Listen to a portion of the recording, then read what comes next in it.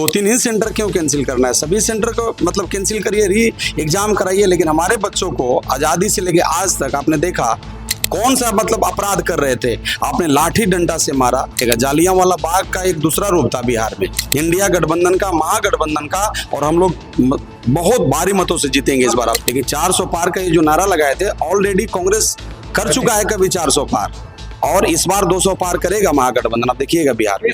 नमस्कार, मेरा नाम सत्यम पटेल और आप लाइव स्टूडियो को देख रहे हैं। देखिए, इस समय हमारे साथ मौजूद है सासाराम के कांग्रेस के सांसद, लोकसभा के एमपी मनोज राम जी, जो कि इनसे बातचीत करेंगे। कुछ सवाल जो हमसे जानना चाहेंगे। स्वागत है सर। बहुत बहुत धन्यवाद आपको। मैं आज अपने कार्यकर्ता जितने भी हम लोग सासाराम में आज यहाँ सर्किट हाउस में बैठे हुए हैं, सभी कार्यकर्ता गण को मैं बहुत बहुत बधाई शुभकामना देना चाहता हूँ, जिसमें हमारे बगल में मनोज भाई हैं, विद्यासागर आरजेडी से हैं, और मतलब सभी समाज, सभी धर्म, सभी जाति के जो भी गठबंधन, इंडिया गठबंधन के कार्यकर्ता हम लोग बैठे हैं। बस जस्ट चाय चुकड़ हुआ, बात हुआ कि आने वाला दिन में जो राजनीतिक जो मोड़ आ रहा है उसका कैसे हम लोग सामना करें, कैसे आगे बढ़ें, तो इन सारी चीज़ों पर चर्चा हुआ। तो मैं धन्यवाद देना चाहता हूँ कि आप भी आ गए और आप भी हम लोग का बाइट ले रहे हैं। तो आमतौर पर देखा जाता है सर कि बहुत सारे ऐसे एमपी हैं, एमएलए हैं, जो बनने के बाद जो है कार्यकर्ता लोग को भूल जाते हैं, और ऐसे में आप अपना वक्त निकाल कार्यकर्ता लोग से मिलने क्या संदेश देना चाहें? 5 साल ना भूलेंगे, 5 साल के बाद फिर तो इन्हीं के पास आना है, तो क्यों नहीं पहले ही इन्हीं के साथ बैठा जाए। तो देखिए, अब देखिए, वो सब मत पूछिए कौन क्या करता है, उससे मुझे लेना देना। मेरा काम था, मेरा काम है, हमारे कार्यकर्ता हैं, इनको सम्मान करना, इनके साथ में लेके आगे बढ़ना, इनके साथ चलना, इनका सुनना सबसे बड़ा चीज़ होता है। आज देखिए, जब मैं चुनाव लड़ रहा था तो गांव-गांव में एक ही मांग था कि आप थोड़ा विकास वाला काम कम बेसी करिए, लेकिन लोगों का बीच में रहिए। लोगों का पहला मांग है, उनका सुख दुख में रहिए, उनसे बात करिए, उनका फ़ोन उठाइए। पहला मांग ये है। लोगों को लगे कि नहीं, जिस सांसद को, जिस विधायक को हम बनाते हैं तो हमारा फ़ोन उठाता है। देखिए, हम लोग विपक्ष में हैं, सबको मालूम है कि क्या हो रहा है भारत देश में, लेकिन कम से कम अपने लोगों को क्या हो रहा है देश में? मतलब मैं एक बात पूरा कर लूँ, आप देख रहे हैं ना, आप अभी देख रहे हैं, इधर बगल में रोहतास में आपने देखा कि 5 लोगों को, 7 लोगों को गोली मारा है लोग आज। अभी मैं न्यूज़ देख रहा था, क्या हीरा जी, भोजपुर में मारा है आज, तो अगियाओं में मारा है गोली। तो मतलब आप तो देखिए ना, आप भी देखे होंगे न्यूज़। तो ये दशा है, अपराधियों का जो मनोबल है हाई, एकदम चरम सीमा पर है। उस परिस्थिति में हम लोग पॉलिटिक्स कर रहे हैं, तो ये बहुत बड़ी चीज़ है। हमारे कार्यकर्ता, हम सब लोग एकजुट हैं, मिल के चल रहे हैं। तो वो भी चर्चा हो रहा था कि भाई स्थिति बड़ा दैनिक है, मतलब ये भी जानते हैं कि जिसका शासन होता है उसका प्रशासन होता है, प्रशासन का भी क्या करिएगा, इंस्ट्रक्शन होता है ऊपर से, आपको ये करना है, ये नहीं करना है।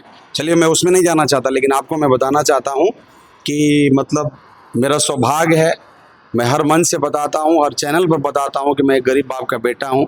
सासाराम पार्लियामेंट का जनता मेरे लिए भगवान है। मुझे ये मौका मिला, और इस मौका को, मतलब इस अवसर को बहुमूल्य समझ के मैं आगे बढ़ता हूँ। कौन क्या करता है उससे मुझे लेना देना नहीं, कौन क्या किया मुझे उससे लेना देना नहीं। अब मुझे क्या करना है ये मैं करता हूँ।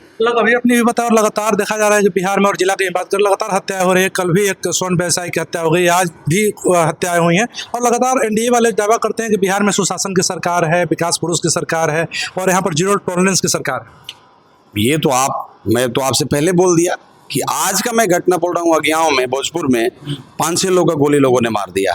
तो छोड़िए ना, कल परसों पिछला दिन का बात छोड़ दीजिए। आपने देखा हमारे बीपीएससी के छात्र जितने भी थे क्या कर रहे थे। आपने खुद 2-3 सेंटर कैंसिल किया, आपने खुद कहा कि 2-3 सेंटर पर गलती हुआ है, तो छात्र क्या कर रहे थे, यही मांग रहे थे कि 2-3 ही सेंटर क्यों कैंसिल करना है, सभी सेंटर को मतलब कैंसिल करिए, री एग्जाम कराइए। लेकिन हमारे बच्चों को आज़ादी से लेके आज तक आपने देखा सभी जाति, सभी धर्म के बच्चे थे, हम लोग का खून निकल गया, हम लोग भी देख रहे थे। आप वाटर कैनाल से मार रहे थे, क्या कर रहे थे बच्चे, कौन सा मतलब अपराध कर रहे थे, आपने लाठी डंडा से मारा।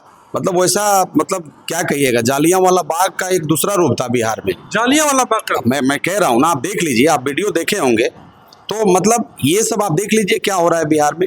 तो बिहार का जनता इस बार तैयार है, बच्चों को पढ़ा रहे हैं, और बच्चे जब क्वालिफाई हो जा रहे हैं तो रोड पे घूम रहे हैं, तो इनकी सरकार बनेगी। स्वास्थ्य का जो बदहाली है उनका सरकार बनेगा, शिक्षा बदहाल है उसका सरकार बनेगा, करप्शन चरम सीमा पर है उससे मुक्ति करने का सरकार बनेगा, किसानों का सरकार बनेगा, नौजवानों का सरकार बनेगा, गरीबों का सरकार बनेगा। इस बार 2025 में एक ऐतिहासिक जीत होगा इंडिया गठबंधन का, महागठबंधन का, और हम लोग बहुत भारी मतों से जीतेंगे इस बार आप देखिए। इंडिया गठबंधन का सरकार बनेगा, लेकिन सीएम फेस कौन होगा? चूंकि कहा जा रहा है कांग्रेस के लोग जो है खुल के बोल नहीं रहे कि तेजस्वी यादव को सीएम मानने को तैयार नहीं, सीएम फेस मानने को तैयार। आप कांग्रेस के वो सब छोड़िए, आपको मालूम होगा कि अभी अभी हम लोगों ने कोऑर्डिनेशन कमेटी के अध्यक्ष बने हैं तेजस्वी यादव जी। तो सीएम देखिए, फेस तेजस्वी मतलब यादव मैं आपको बता रहा हूँ उसमें कोई लेकिन बट परंतु किंतु नहीं है। हमारा जो मेन हम लोग जो दल हैं, आरजेडी है, कांग्रेस है, लेफ्ट है, हम सब लोग मिलके एकजुट हैं और आप कहीं कंफ्यूजन नहीं है। अच्छा ये बताइए, हम लोग इतना रात दिन मेहनत कर रहे हैं सीएम बनाने के लिए और बनने के लिए, तो तेजस्वी जी में क्या गुण नहीं है क्या?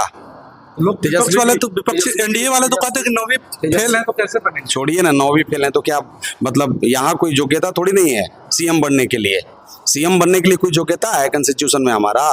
9वीं फेल है तो भी तो ठीक है, क्या दिक्कत है उसमें? क्या दिक्कत है? मतलब आपका जो प्रश्न है उससे हमें क्या लेना देना है? एनडीए वाला उससे कुछ मतलब नहीं है। अगर सीएम का योग्यता हो ग्रेजुएशन पास ही तो आप बता दीजिए मुझे। कांग्रेस वाले तैयार हैं तेजस्वी को? अरे क्यों नहीं भाई, क्यों नहीं? मतलब क्या दिक्कत है? हम लोग रात दिन मेहनत कर रहे हैं, हमारे सभी कार्यकर्ता मेहनत कर रहे हैं हम लोग सीएम बनने के लिए, बनाने के लिए, तो उसमें क्या दिक्कत है? तेजस्वी जी में भाई गुण है। आपने देखा होगा पिछला जब डिप्टी सीएम थे तो वो 17 महीने में लगभग 4 लाख लोगों को नौकरी दी है। इतना कोई दिया है? आप बता दीजिए। देखिए वो सब छोड़िए, हम लोग का चेहरा भी तय है, हम लोग सब लोग एकजुट हैं, हमारा सबसे पुराना गठबंधन है। हम लोग केवल लोभ लालच में नहीं गठबंधन बनाए हैं। ये जो गठबंधन है सबसे पुराना गठबंधन है, चलेगा, और यही गठबंधन जो है महापरिवर्तन लाएगा बिहार में। अंतिम सवाल रहेगा सर कि क्या स्थिति होने वाली है? विधानसभा का चुनाव इसी साल है, क्या लगता है कितनी सीटें आएंगी महागठबंधन को, इंडिया गठबंधन? हम लोग पक्का जीतेंगे, 200 से ज्यादा जीतेंगे। आप देखते रहिएगा। 200 से ज्यादा? 200 से ज्यादा जीतेंगे। 225? अरे वो 400 पार बोल रहे थे। अगर आप वहां ही जाना चाहते हैं तो सासाराम में मुझे 2 लाख से हरा रहे थे, और सच्चाई यही है कि एक राउंड भी अलग नहीं गए, एक राउंड भी आगे नहीं गया। यहाँ का एनडीए गठबंधन जो था, बीजेपी के जो प्रत्याशी थे, एक राउंड भी आगे मैं नहीं जाने दिया। तो छोड़िए, वो 400 पार उस समय भी थे, लेकिन इस बार 400 पार कांग्रेस कर चुका है। आपको पता होना चाहिए, है या नहीं मालूम नहीं, लेकिन 400 पार का ये जो नारा लगाए थे ऑलरेडी कांग्रेस कर चुका है कभी 400 पार, और इस बार 200 पार करेगा महागठबंधन। आप देखिएगा बिहार में इस बार 200 पार करेगा महागठबंधन। आप सुन रहे थे सासाराम के कांग्रेस के सांसद मनोज को सीधे तौर पर सभी चीजों के बारे में साथ ही साथ खुलकर बता दिया है कि तेजस्वी यादव ही इंडिया गठबंधन का सीएम फेस है, और वहीं जो है इस बार जो है सीएम बनने जा रहे हैं। इस खबर लगातार बने ऐसी खबर लाइव के साथ। बहुत बहुत धन्यवाद।